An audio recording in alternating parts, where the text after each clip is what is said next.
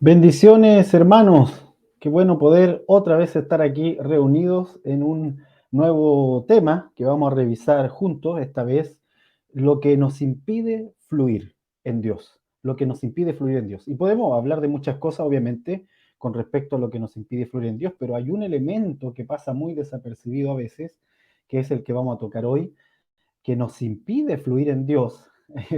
Y yo lo he visto tantas veces, lo vi en mi propia vida, lo he visto en mi propia vida, cada cierto tiempo tengo que estar escaneándome para poder quitarlo. Entonces, ¿qué les parece si nos ahondamos en este tema, lo revisamos a fondo y seguro al terminar vamos a querer fluir con el Señor y vamos a ver que las posibilidades de fluir a veces están al alcance? Entonces, Juan 3.8, quiero partir con este versículo, Juan 3.8. Dice, el viento sopla de donde quiere y oye su sonido, mas ni sabe de dónde viene ni a dónde va. Así es todo aquel que es nacido del Espíritu. Entonces, en el soplo de Dios, y aquí este es mi primer punto para considerar, en el soplo de Dios la autosuficiencia es un peso muerto. ¿Y qué es lo que nos impide fluir? Entre muchas cosas, pero la que pasa más desapercibida es nuestra actitud de autosuficiencia. Aquí está en la conversación Jesús con Nicodemo. De hecho, Nicodemo va de noche a verlo porque parece que no quiere que lo vean con Jesús, pero al mismo tiempo le está diciendo, sabemos que vienes de Dios por los milagros que tú haces. Ahí hay una contradicción. Bueno, si sabe que viene de Dios Jesús, ¿por qué se esconde de noche? El asunto es que Jesucristo inmediatamente confronta la actitud farisaica de autosuficiencia. Y le dice, tienes que nacer de nuevo. Y le explica todo esto, pero aquí hay una frase que es espectacular del Señor Jesucristo acerca de la comparación entre los hijos del Espíritu, los nacidos del Espíritu, que son como el viento, o sea, que se dejan llevar, fluyen, no están anclados a un punto donde no puedan moverse, sino que se están moviendo conforme el Espíritu les guía. El viento sopla de donde quiere, oye su sonido, mas ni sabe de dónde viene ni a dónde va. Así son todos los que son nacidos del Espíritu. Pero hay algo que nos ancla a la tierra que se llama autosuficiencia. O sea, no puedo fluir porque entonces creo en mi mente y en mi actitud constante de que es suficiente conmigo mismo, con mis propios pensamientos y mis propias ideas. Entonces, la autosuficiencia viene a ser un primer elemento, el elemento que pasa siempre desapercibido, que nos está impidiendo fluir en Dios. Así tomamos decisiones los hijos de Dios, dejándonos fluir por el Espíritu. Y aquí yo quise poner una imagen de un hombre parado frente a diferentes caminos, cuál es el que tengo que tomar. Muchas veces nosotros hemos estado en esa condición. ¿Cómo decidimos? Bueno, decidimos esperando que el Espíritu Santo sople y nos guíe, y nos diga qué camino tomar. En este caso, a este hombre se le iluminó el de adelante, así que por ahí tiene que ir. Así es la manera en que debemos tomar nosotros decisiones, esperando el viento del Espíritu Santo y dejando que nos lleve. No estamos anclados al sistema de este mundo. Esto es importante. Eso es lo que Dios espera, que no nos anclemos al sistema de este mundo, sino que podamos avanzar nosotros juntamente con Él, a lo que Él está haciendo. Pero la autosuficiencia es ese peso muerto que nos impide fluir con Él. Esto es sumamente importante que lo consideremos y aquí es donde viene la pregunta que todos se hacen. Bueno, hermano, explícame esto de la autosuficiencia. ¿A qué te refieres? ¿Se refiere a que tengo que no hacer nada? No, se refiere a la excesiva confianza en mis fuerzas, en mis ideas, en mi buena moral, en mis capacidades y una dificultad en dejarme guiar por otros y en dejar y en caminar con otros, incluso primero con Dios y luego también incluye esto a la hermandad. Amén. La autosuficiencia es un peso muerto, es algo que te ancla ahí al suelo. Entonces, una pequeña definición de autosuficiencia, y voy a tomar una frase muy buena que le escuché a un hermano. Si crees que eres el más grande del mundo, entonces tu mundo es muy pequeño. No hay nada más vacío y necio que estar lleno solo de sí mismo. ¿Eh? Porque esa es la actitud del autosuficiente, ¿verdad? Él piensa que con él ya es suficiente. O sea, yo estoy lleno de mí. Esa es la idea del autosuficiente. Yo tengo mis ideas y con esto puedo avanzar. No necesito la idea de nadie, ni la consideración de nadie, ni lo que los demás puedan pensar. Eso es autosuficiencia. Ahora, ¿cómo se nota la autosuficiencia? Es gente que se gloría de esa autosuficiencia, de esa fuerza que tiene, Son personas que son sabios para aprobar sus propios discursos, sus acciones, pero son necios a la hora de hacer algo por otros y con otros. Ahí es donde les falla la fuerza. O sea, pueden con su idea y con su proyecto, funcionan súper bien, pero cuando hay que trabajar con otros, entonces falla. ¿Dónde se prueba?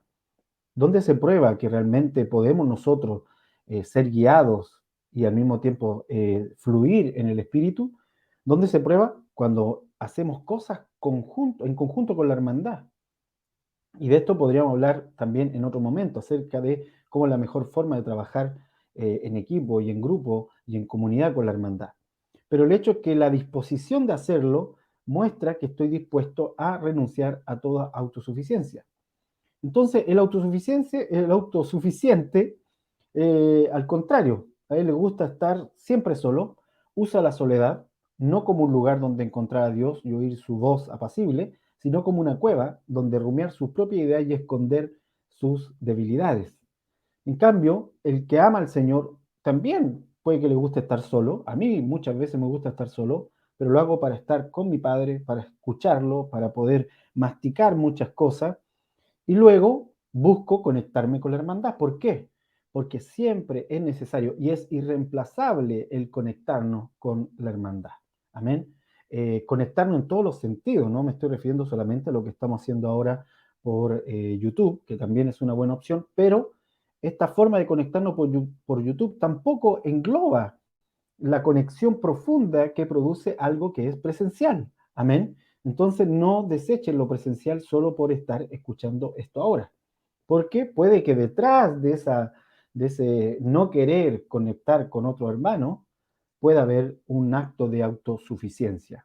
Y precisamente eso es lo que hoy día en este tema queremos sacudirnos todos, porque es un peso muerto, vuelvo a decir, que nos impide fluir en el propósito de Dios, nos impide caminar con ese fluir del viento de Dios que hoy día está generándose.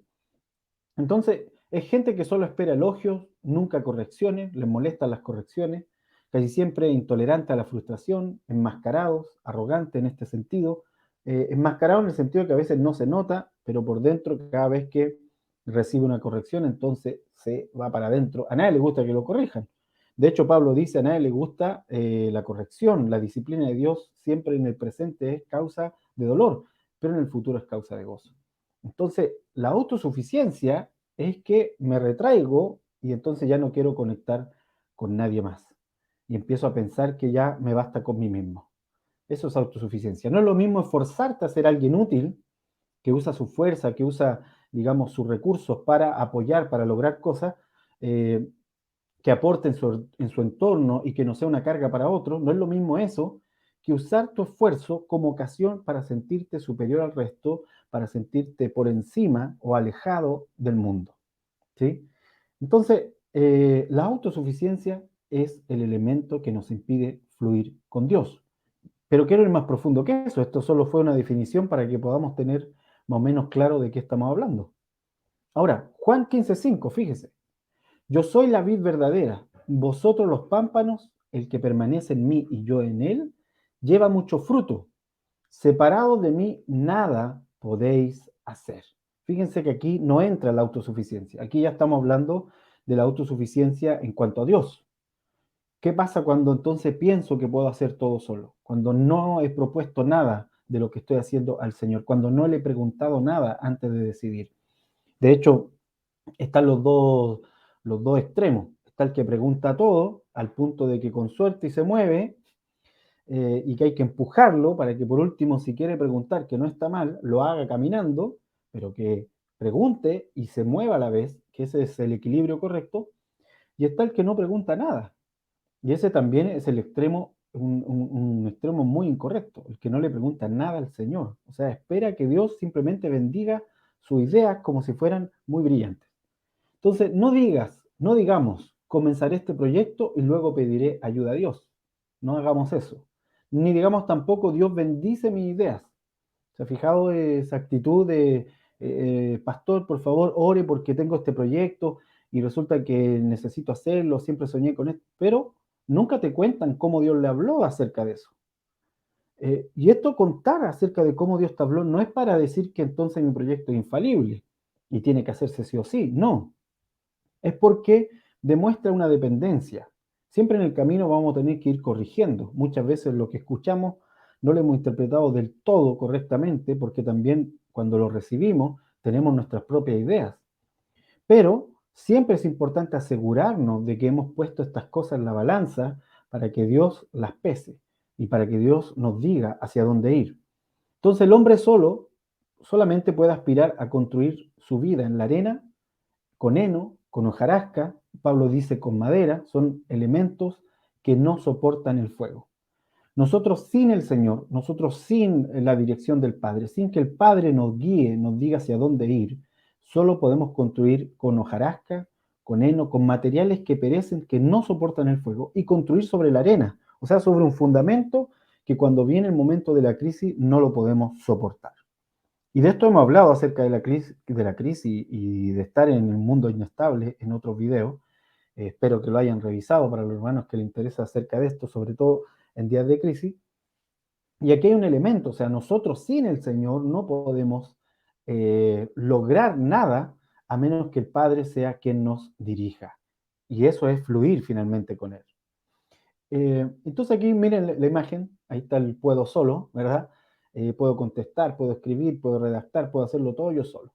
Esa es la idea del puedo solo. Pero el Señor nos quiere enseñar que caminemos con Él, que vivamos con Él y que de esta manera también aprendamos a trabajar con otros. Ese versículo que acabamos de leer dice, separado de mí, nada podéis hacer. Pero ¿qué pasa? Que a veces nosotros lo cambiamos y decimos, creemos que este versículo significa que sí podemos hacer algunas cosas y otras no. Por eso quise poner aquí, el versículo no dice, separado de mí, difícilmente harán algo. El versículo tampoco dice, separado de mí, no podrán hacer cosas grandes, porque a veces creemos que, ok, necesito a Dios solo para este proyecto, que es muy grande, que es muy difícil, y entonces ahí es donde empiezo a orar y a preguntar al Señor a ver si me ayuda. Eso es completamente incorrecto. Pensar que las cosas pequeñas las puedo hacer sin Dios es completamente incorrecto.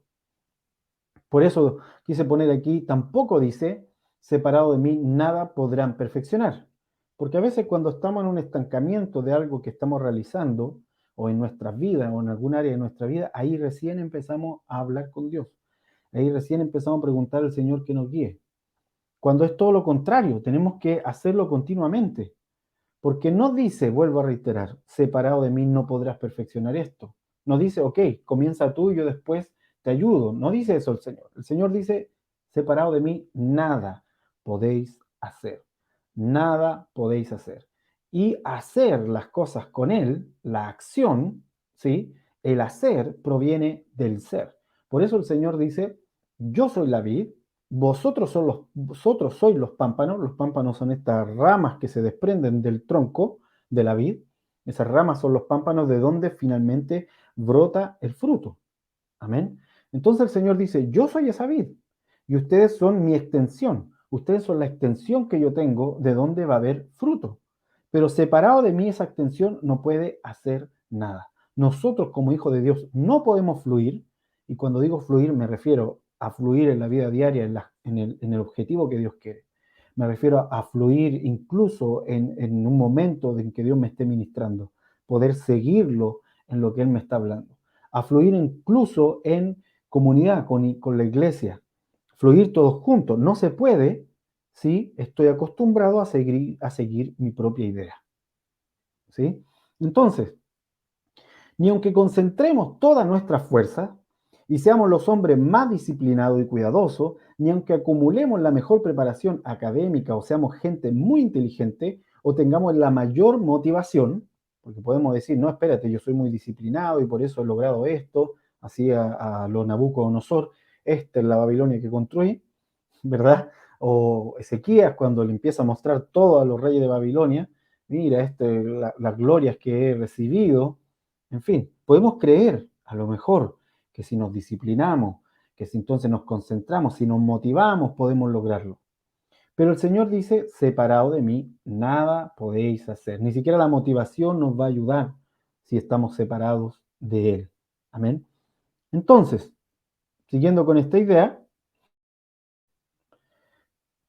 nada podemos hacer sin Él. En las cosas que se refieren al reino y en las cosas eternas, sin Él nada podemos lograr, nada podemos hacer, ni siquiera aquellas cosas pequeñas. Es claro que los más grandes hombres de Dios fallaron en cosas pequeñas. Y ese es el peligro. Por eso les decía al principio que esto es algo que pasa muy sutil, porque a veces creemos que dejar de fluir con Dios, dejar de caminar con Él, se obstaculiza porque no, es que resulta que he andado, he despertado medio en la carne estos días, entonces por eso no he podido fluir con Él. Ok, puede ser, pero eso es más fácil de entender, eso es más fácil de considerar. Y esto que le estoy diciendo, la autosuficiencia es de lo más carnal que hay, pero pasa muy desapercibido porque no se percibe como un pecado abiertamente. Y sin embargo sí lo es. No solo es pecado, sino que pecado en el sentido de que estoy fallando de dar en el blanco, sino que además me aparta de la voz de Dios. Y lo que es más terrible, normalmente la autosuficiencia opera cuando yo creo que estoy haciendo algo que puedo hacer. Porque cuando hay algo difícil como cruzar el Mar Rojo, cuando hay algo difícil como sobrevivir de que me tragó una ballena, cuando hay algo difícil como enfrentar todo un ejército, obviamente me voy a tirar al suelo y le voy a decir, Señor, separado de ti nada puedo hacer, porque el desafío es muy grande. Nuestra reacción va a ser esa. Pero ¿qué pasa si lo que tengo que hacer es súper simple, como salir de aquí a comprar al supermercado, como a lo mejor salir un día normal a trabajar? ¿Qué pasa si es algo sencillo? Lo más probable es que me acostumbré a creer que todo eso lo estoy haciendo por mi fuerza. Y el Señor dice, nada podéis hacer, ni siquiera lo pequeño. ¿Por qué es importante considerar esto? Bueno, porque por lo que vemos, los hombres de Dios, los más grandes hombres de Dios, la mayoría fallaron en las cosas pequeñas. Segunda de Corintios, fíjese en este versículo. Dice, y tal confianza tenemos mediante Cristo para con Dios, no que seamos competentes por nosotros mismos para pensar algo como de nosotros mismos, sino que nuestra competencia proviene de Dios, el cual asimismo nos hizo ministros competentes de un nuevo pacto, no de letra, sino del Espíritu, porque la letra mata, más el Espíritu vivifica. ¿Qué está diciendo aquí Pablo? Dice, no está diciendo, no está haciéndose, digamos, la falsa humildad, esa, no, yo soy malo en lo que hago, cuando en realidad a lo mejor el hermano es súper bueno en lo que hace. No, no, es que yo soy malo tocando esta guitarra y a lo mejor es un experto tocando la guitarra. Pero lo que hace Pablo no es entrar en esa falsa humildad, sino ser verdadero y decir, sí, soy competente en lo que hago, pero mi competencia no proviene de mí mismo, sino que Dios me ha hecho competente por su gracia. Dice, y por su espíritu. ¿Por qué es importante este punto? Donde él dice, nos hizo ministros competentes de un nuevo pacto, no de letra, sino del espíritu. ¿Por qué? Porque él sabe que su competencia proviene de fluir con Dios, en este viento del Espíritu, en este soplo del Espíritu, en este ruaj, como dicen, del Espíritu, en este soplar, ser guiado por Él, entonces me vuelvo competente. Porque cuando lo escucho y me dejo guiar, voy a tomar las mejores decisiones. Te aseguro, hermano, que tus mejores pensamientos y tus mejores ideas, que dieron los mejores resultados, no provinieron de ti, sino que han venido del cielo. Y el Señor los puso en tu corazón para que entonces tomaras esas decisiones. Ahora, ¿qué pasaría si pudiésemos ser más sensibles y estar abiertos a fluir con Él constantemente?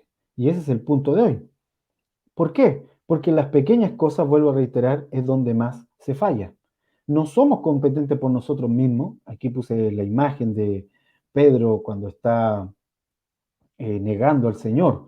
Si se fijan, ahí está el gallo, ahí está Pedro, ya cantó el gallo y se dio cuenta de cómo había fallado, pero es el mismo Pedro que había caminado sobre el agua. Entonces, ¿cómo este Pedro, que no se atemoriza por las olas del mar, se termina atemorizando por la conversación de un par de personas que le dicen, tú andabas con Jesús? O sea, ¿qué es lo que ocurrió ahí? Bueno, que en las pequeñas cosas somos propensos a fallar. ¿Por qué razón? Porque ahí es cuando nos soltamos normalmente del Espíritu Santo, creyendo que ya podemos hacerlo por nosotros mismos. Pero necesitamos aprender entonces a fluir en lo grande y en lo pequeño. Moisés, después de enormes milagros, falló golpeando la roca. Job resistió el dolor de la muerte de su familia, algo terrible, pero eso lo resistió, porque se acuerdan que Job dijo, ok, no voy a maldecir al Señor, Dios dio, Jehová quitó, el Señor sea bendito, y luego en los siguientes capítulos se ve que él sigue honrando a Dios, pero ¿cuándo se empieza Job a amargar? Con las palabras de los, entre comillas, amigos. Entonces, en lo pequeño, en lo que uno podría decir, bueno, con lo que sufriste, Job, esto no debería importarte lo que dicen ellos. Pero no, lo cierto es que en lo pequeño, normalmente tenemos la tendencia a soltar el soplo y la guía del Espíritu Santo, dejar de fluir con Dios. Pedro caminó sobre el agua, como les decía, pero no pudo soportar la burla de una criada y rápidamente negó a Jesús. Jonás predicó a una ciudad entera que se arrepintió. Y ahí está, iba todo bien, sobrevivió incluso al pez. Pero ¿qué ocurrió? Que apenas se quemó la calabacera, se secó la que le daba sombra, se amargó Jonás. Entonces a nosotros nos pasa muchas veces.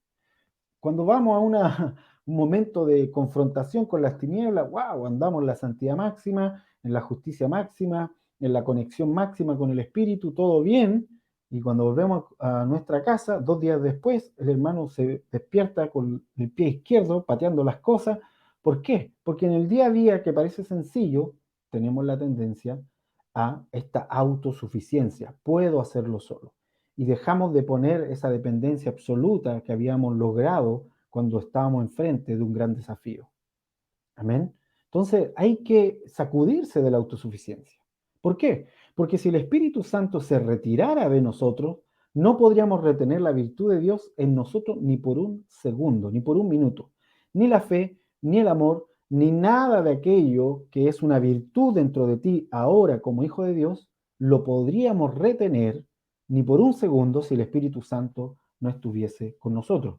Y ya hemos hablado 2 temas del Espíritu Santo anteriores, espero que lo haya revisado también, espero que le haya sido de edificación. Mucho más se puede hablar del Espíritu Santo y este es un punto acerca de eso.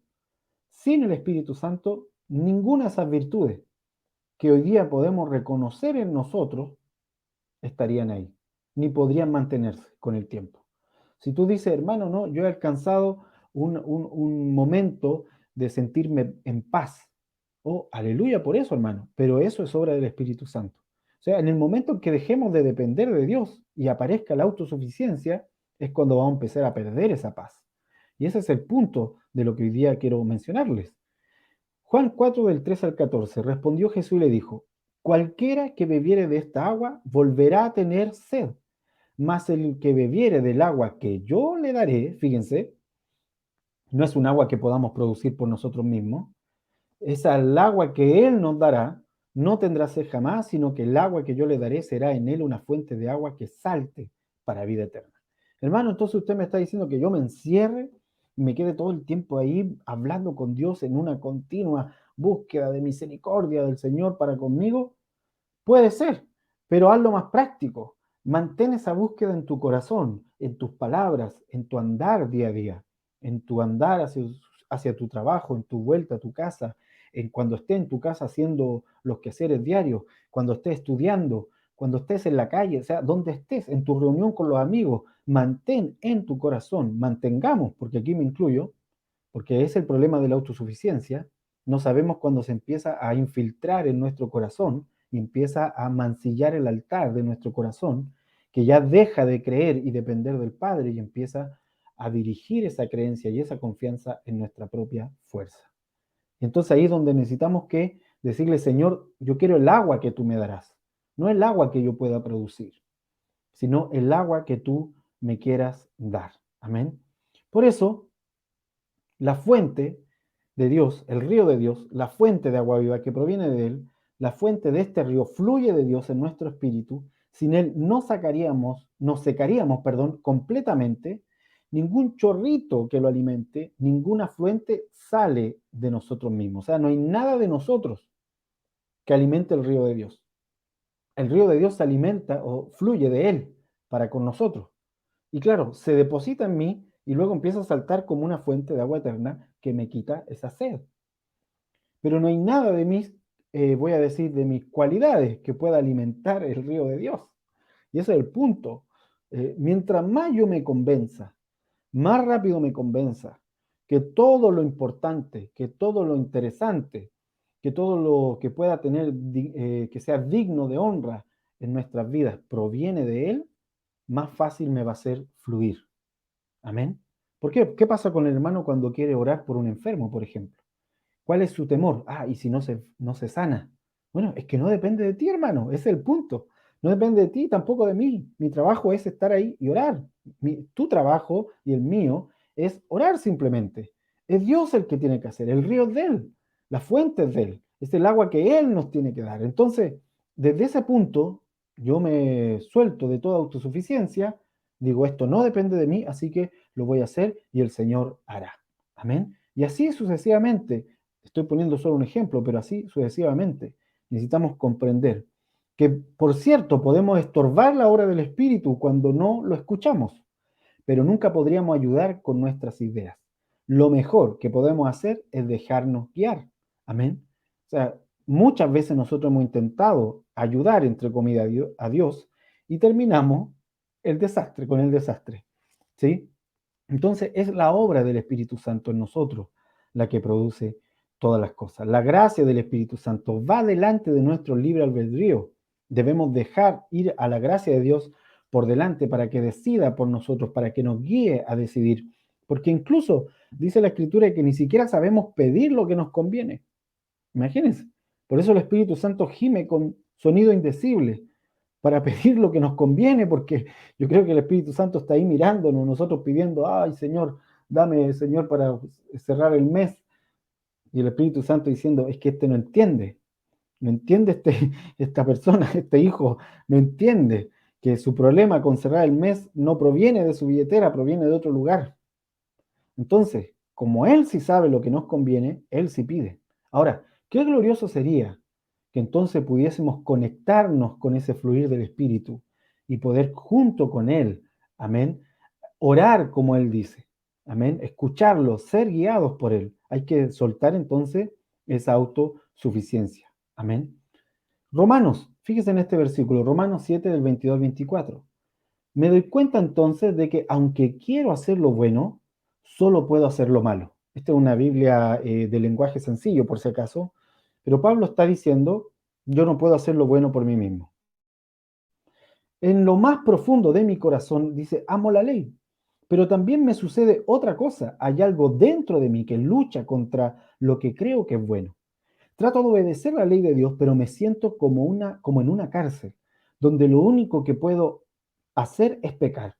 Sinceramente deseo obedecer la ley de Dios, pero no puedo dejar de pecar porque mi cuerpo es débil para obedecerla. Pobre de mí, ¿quién me librará de este cuerpo que me hace pecar y me separa de Dios? Le doy gracias a Dios porque sé que Jesucristo me ha librado. Me gusta cómo termina. O sea, Pablo expresa su incapacidad absoluta para caminar en las cosas eternas, su incapacidad absoluta de poder entender la grandeza de Dios y caminar en ellas y vivirlas, porque todo su ser está peleando contra eso, todo su ser lo está apuntando hacia el pecado, dice él, pero esta inclinación a pecar, Jesucristo me libera de esa inclinación, eso está diciendo, por eso doy gracias a Dios que me libera de esa inclinación a fallar. Y nótese que cuando estoy diciendo fallar no me estoy refiriendo a volverse a las antiguas maneras que teníamos antes de conocer al Señor. Simplemente me estoy refiriendo incluso a aquellas cosas sutiles, como el mentir, como el ser egoísta, el egoísmo en nuestro corazón, la avaricia, que son obras de la carne que están ahí, que a veces no las consideramos como importantes porque no son tan visibles. Pero sí mancillan el altar de tu corazón, de mi corazón, cuando dejamos que se posicionen en él. Ahora, no podemos barrer nuestro corazón con nuestra fuerza. No podemos darle de beber a nuestro espíritu con nuestra agua. Esto tiene que venir del Espíritu Santo y por eso Pablo termina diciendo, doy gracias a Dios porque sé que Jesucristo me ha librado, sé que Jesucristo ha enviado ese río, sé que el Espíritu Santo es el que va a soplar, pero tengo que dejarme guiar. Amén. Y para eso tengo que soltar toda autosuficiencia. En estas palabras de Pablo, lo que menos vemos es autosuficiencia. Lo que vemos aquí es un hombre que reconoce quién es, el mismo que dijo que Dios lo hizo competente, fíjese. Aquí está diciendo, Dios me hizo competente. Pero fíjese, aquí está dando el detalle porque él tiene esa convicción de que es Dios finalmente en que lo hizo un ministro competente. Bueno, porque si fuera por él mismo, no habría podido lograrlo ni siquiera había podido tener un segundo de santidad. Y eso es lo importante. Ahora, un buen ejemplo de todo esto que estoy hablando de autosuficiencia es Jacob. Génesis 31-32, usted puede buscarlo, leer la historia de Jacob. La autosuficiencia de Jacob es un ejemplo claro de cómo nosotros a veces creemos que podemos hacer todo por nuestra manera. Bueno, y ahí está la imagen de Jacob ofreciéndole el guiso, ¿verdad?, de legumbre, que algunos que pueden ser lentejas, garbanzos, qué sé yo. Pero ahí le está ofreciendo este guiso a Esaú. Esaú con hambre se lo intercambia por la primogenitura. Pero fíjese, Jacob está tratando de conseguir la primogenitura a través de un intercambio. Y esto obviamente está completamente equivocado. Es la autosuficiencia de Jacob que dice, aquí tengo, se me ocurrió una buena idea y voy a darle una ayudita a Dios, porque Dios ya dijo cuando yo nací de Esaú que a mí me iba a bendecir, pero, porque se lo dijo a nuestros padres, pero quiero hacerle una ayudita a Dios. Y ahí está Jacob pensando que puede ayudarle a Dios. Lo cierto es que él no necesitaba hacer eso. Dios ya había determinado bendecirlo desde antes. Pero a veces nosotros actuamos así. Voy a ayudar a Dios con algo. Y ahí es cuando empezamos a fallar. Entonces, ¿qué pasó con Jacob? La vida de Jacob es la vida de una persona que se cree, se siente autosuficiente.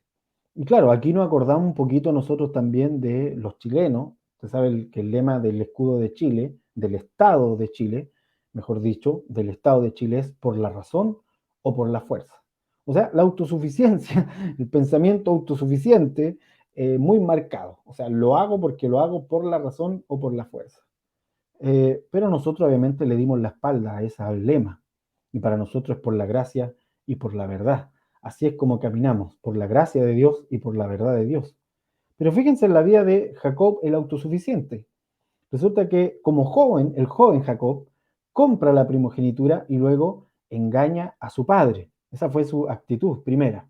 Luego como adulto y con Labán es engañado. Aquí empieza Dios ya a tratar con Jacob, a tratar de acomodarle, de enseñarle cuál es el producto de su engaño, qué es lo que va a producir, que lo engañen a él de vuelta.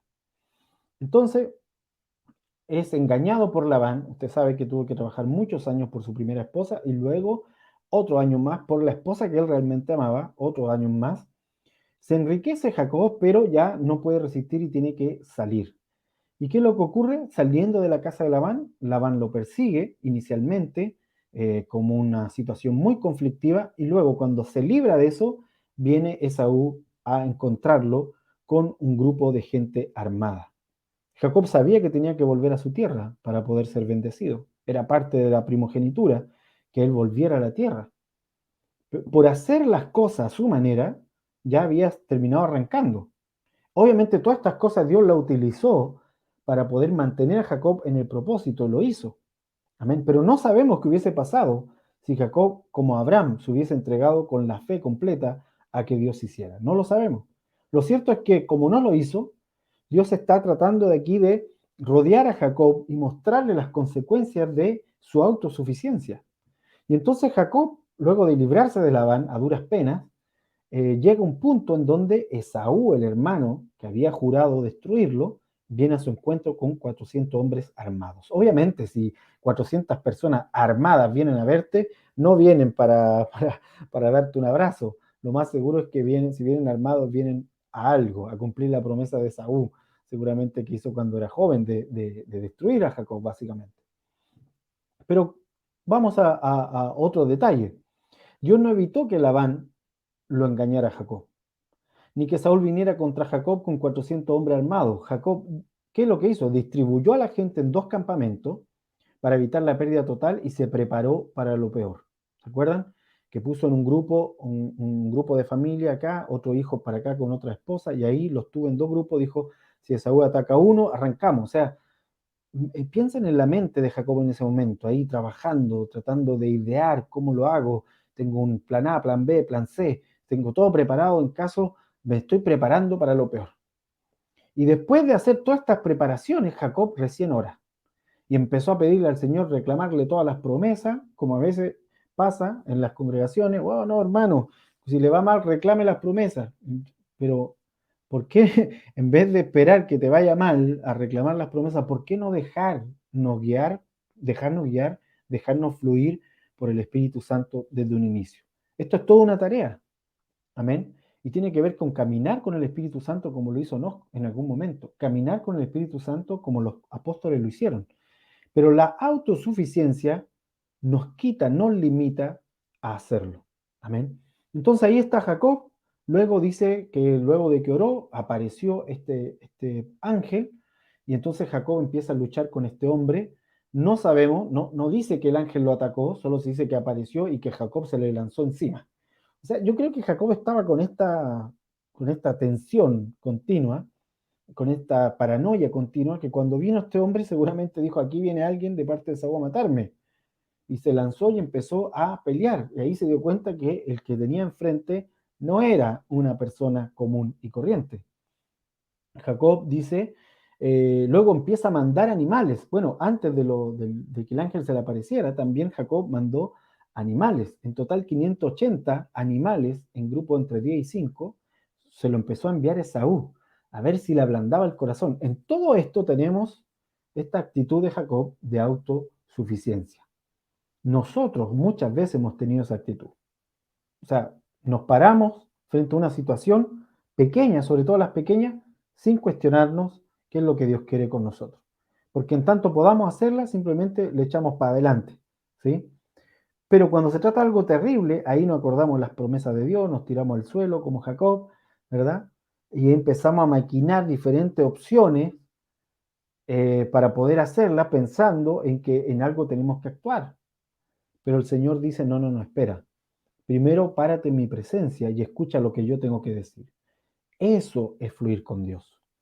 Eso es fluir con Dios. Amén. Desde ahí parte el fluir con Dios. Si nosotros podemos fluir con Dios, obviamente podemos fluir con la hermandad. Porque el que se experimenta y el que se ejercita en dejarse guiar por Dios, fácilmente va a poder trabajar con otros. O sea, básicamente va a reconocer que sin el Señor y sin la hermandad nada se puede hacer. Amén. ¿En qué nos apoyamos? Esta es la gran pregunta. Porque lo que hace el ángel cuando está luchando con Jacob es tocarle el muslo y quitarle su punto de apoyo. Lo deja cojo. Pero usted sabe que el muslo es el punto donde tú te apoyas para forcejear. De hecho, cuando, esto a lo mejor puede ser un dato freak, pero cuando hay dos animales peleando, dos perritos, por ejemplo, se están peleando, el consejo que te dan es que tú agarres los pies de atrás del perro, que es su punto de apoyo, para que deje de tironear, porque el perro de ahí se agarra para tironear. Pero no solo él, nosotros también. Todo lo que hacemos para poder mover algo fuerte, nos apoyamos en la pierna, en las piernas y en los muslos. Entonces, cuando el ángel lo descoyunta, que así dice la escritura, en la soledad Jacob luchó con este ángel y este lo descoyuntó, le descoyuntó la articulación donde Jacob se apoyaba. ¿Y qué fue lo que le dijo el ángel cuando hace esto? El ángel le dijo, no serás más el que engaña y manipula para sobrevivir, ahora serás príncipe.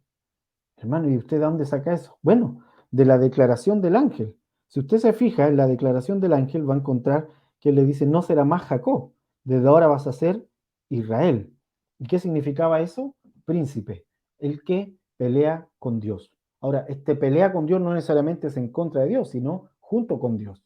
O sea, el que va con Dios, el que va como, por eso era como príncipe Israel. Y ahí viene la otra frase. Lo interesante de esto es que cuando yo quito mi punto de apoyo, cuando aquello en lo que me apoyo, mi autosuficiencia en la que me apoyo, es quitado, entonces recién puedo tomar la posición de príncipe al lado de Dios. Recién puedo gobernar con Él, recién puedo dejarme guiar, porque ahí soy introducido en el propósito que Dios tiene. Antes no estaba en el propósito de Dios del todo, estaba ahí en la orilla del propósito de Dios, estaba en la periferia del propósito de Dios, pero me puedo ubicar en el centro de su perfecta voluntad cuando quito ese punto de apoyo. ¿Cuál es nuestro punto de apoyo?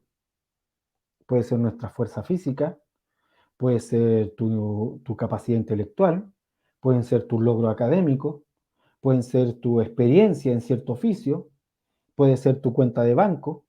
O sea, pueden ser un sinfín de cosas, puede ser hasta mi familia mi punto de apoyo. Y lo que Dios quiere es que yo renuncie a eso en mi corazón, que me concentre solo en apoyarme en Él. Amén. Y esto es para romper toda autosuficiencia en mí. Si yo soy capaz de confiar en Dios y apoyarme en Él, voy a ser capaz de poder trabajar con el resto de los hermanos. Amén. Entonces, sigamos. Hebreos 12:11. Y esto es importante porque a veces para Dios poder enseñarnos, nos tiene que descoyuntar. Aquí se pone difícil el asunto, porque Dios saca su herramienta y empieza a apretarnos algunas tuercas que estaban sueltas, ¿verdad? Y esa tuerca cuando la aprietan, como está con óxido, empieza a doler. Pero es necesario para que nos encaminemos y podamos fluir con Él y entrar completamente en su propósito. Hebreos 12:11. En verdad que ninguna disciplina al presente parece ser causa de gozo, sino de tristeza. Pero después da fruto apacible de justicia a los que en ella han sido ejercitados. Por lo cual, levantad las manos caídas y las rodillas paralizadas. Amén. Fíjense, por lo cual, levanta las manos caídas, dice, y las rodillas paralizadas. O sea, ¿qué es levantar las manos caídas y las rodillas paralizadas? Es aceptar lo que el Señor está haciendo en mí, que me está quitando a lo mejor esos puntos de apoyo, aceptarlo para poder fluir con Él, porque eso va a traer más fruto. Por eso el Señor dice que Él es la vid, nosotros los pámpanos. Si damos fruto, Dios nos va a limpiar, va a quitar todo aquello en que nos apoyamos y nos está quitando fuerza para que llevemos más fruto. Amén. Así que esto continuamos en esto de entender cómo opera el Espíritu Santo, pero ya desde otro ángulo. A veces Dios nos va a herir para salvarnos, pero no nos destruirá. Así que tengamos paz en eso. Dios nos protegerá, pero no nos malcría. Dios es como el cirujano que te saca el tumor o las piedras de los riñones. Sufrimos, pero vivimos.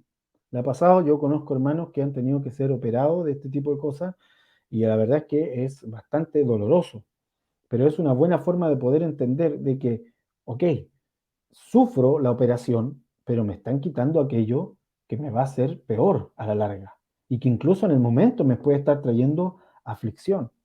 Eso fue lo que hizo el Señor, operó sobre Jacob y le quitó aquello en lo que él se apoyaba para que él pudiese entrar completamente en esta primogenitura que Dios le había dado, en esta bendición amplia que Dios le había entregado.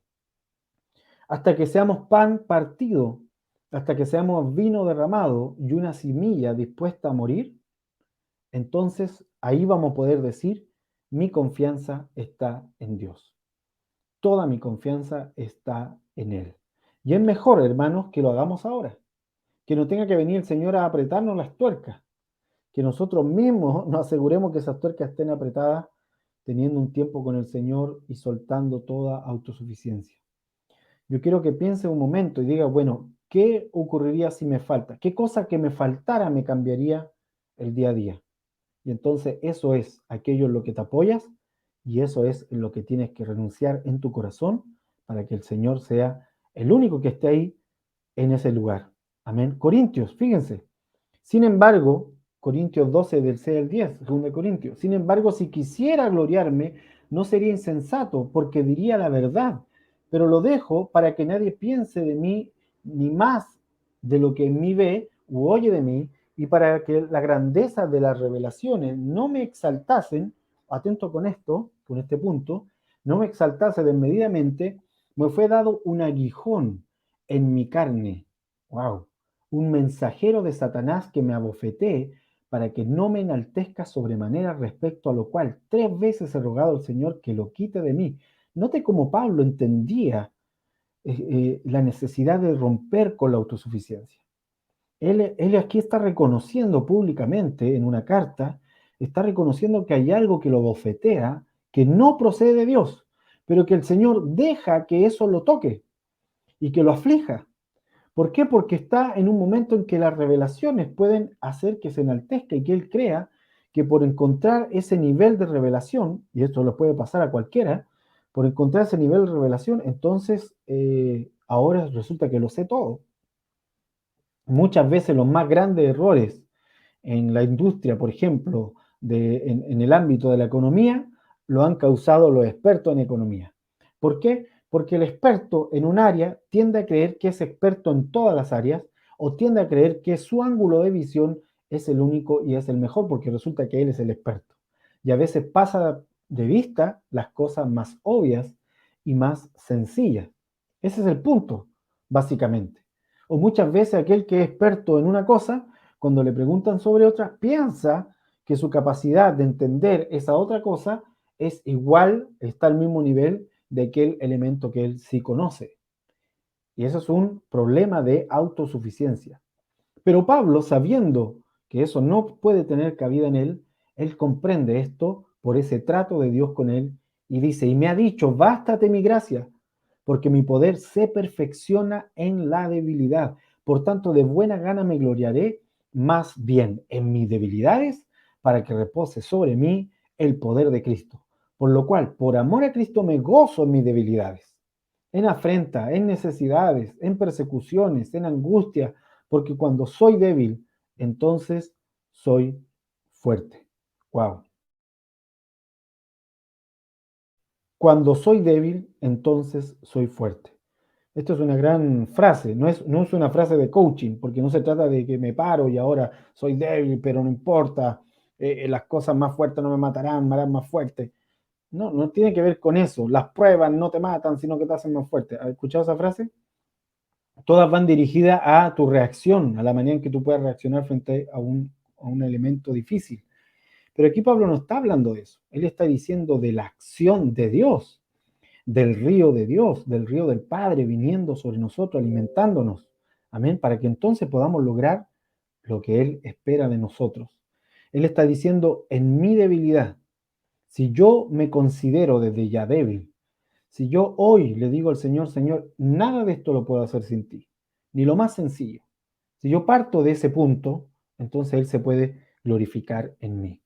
Amén. Entonces Él le estoy diciendo, por favor, hazte cargo de todo aquello que estoy haciendo. Hoy, Señor, este día, esta semana, tengo que hacer todos estos trámites, tengo que moverme en diferentes cosas, tengo que ejecutar otras más, pero nada de esto lo quiero hacer a mi causa, con mi experiencia, quiero que tú obres en mí. Amén. Háblame, enséñame, guíame. Por último, si estoy medio sordo, hazme escuchar de alguna manera. Pero es esa condición del corazón la que Él espera de nosotros. Así que, como para ir encerrando ya todo esto, cuando estoy en mi fuerza, entonces solo estoy ejecutando mis planes, y cuando estoy en el Espíritu Santo, caminando y fluyendo con Él, entonces hay otras cosas que están ahí. Cuando quito, cuando dejo de confiar en mi fuerza, en mis cálculos, en mis habilidades, en mi moral incluso, entonces puedo salir de mis planes. La balanza deja de inclinarse hacia lo que yo quiero, que normalmente no tiene mucho peso, porque vuelvo a reiterar, el ser humano solo puede construir con heno, con hojarasca, con elementos que no soportan el fuego de la prueba y en un fundamento como la arena. Pero cuando quito todo esto, como aparece ahí, se empieza a tambalear, lo empiezo a botar, porque en mis tiempos con el Señor empiezo a pedirle a Él que Él me dirija, y todos mis cálculos que yo hago mes tras mes con mi cuenta de banco, y todas las habilidades académicas, mentales, fortaleza, en fin, que creas que están a mí, los quito también, digo, Señor, no quiero depender de eso, y toda mi buena moral, mi buen criterio para discernir cosas, también lo quito, le digo, Señor, no, sé tú que me guíe, que me convenza de justicia, pecado y de juicio, entonces empieza a operar recién en mí la justicia de Dios, la fuerza de Dios, la sabiduría de Dios para fluir en su propósito. Y esto es sumamente importante, quitarnos entonces la autodependencia. Y con esto termino, con este versículo que me parece vital. Los que leyeron el libro Reflexiones del Fuego se van a acordar de este versículo. Hay un capítulo específico para este punto. ¿Por qué? Porque la iglesia depende del Espíritu Santo, básicamente. Lo hemos dicho muchas veces y usted yo sé que lo sabe, pero a veces se nos olvida. En nuestra autosuficiencia personal se nos olvida. Zacarías 4:7. ¿Qué dice Zacarías 4:7? Proseguí y hablé diciendo a aquel ángel que hablaba conmigo. ¿Qué es esto, Señor mío? Y el ángel que hablaba conmigo respondió y me dijo, ¿no sabes qué es esto? Y dije, no, Señor mío. Y deténgase un poco ahí, porque esto es interesante, que Zacarías, siendo judío, conociendo lo que era una menorá, ¿verdad? La menorá, la lámpara de 7 fuegos, eso es lo que está viendo en la visión. Sabiendo lo que es eso, porque como judío lo comprendía, ¿sí? Sin embargo, cuando se le presenta una visión, él dice, yo prefiero hacer como que no sé. Así que pregunta, ¿qué es esto, Señor mío?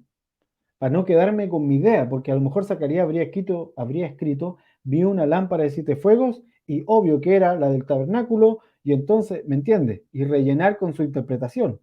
Pero dice que el profeta no hizo eso, sino que cuando lo vio, dice que proseguí y pregunté, ¿qué es esto, Señor mío? Y el ángel que hablaba conmigo dijo, ¿no sabes qué es esto? Y fíjese, Zacarías reconociendo que no era autosuficiente, que no dependía de su sabiduría, dice, no, Señor mío.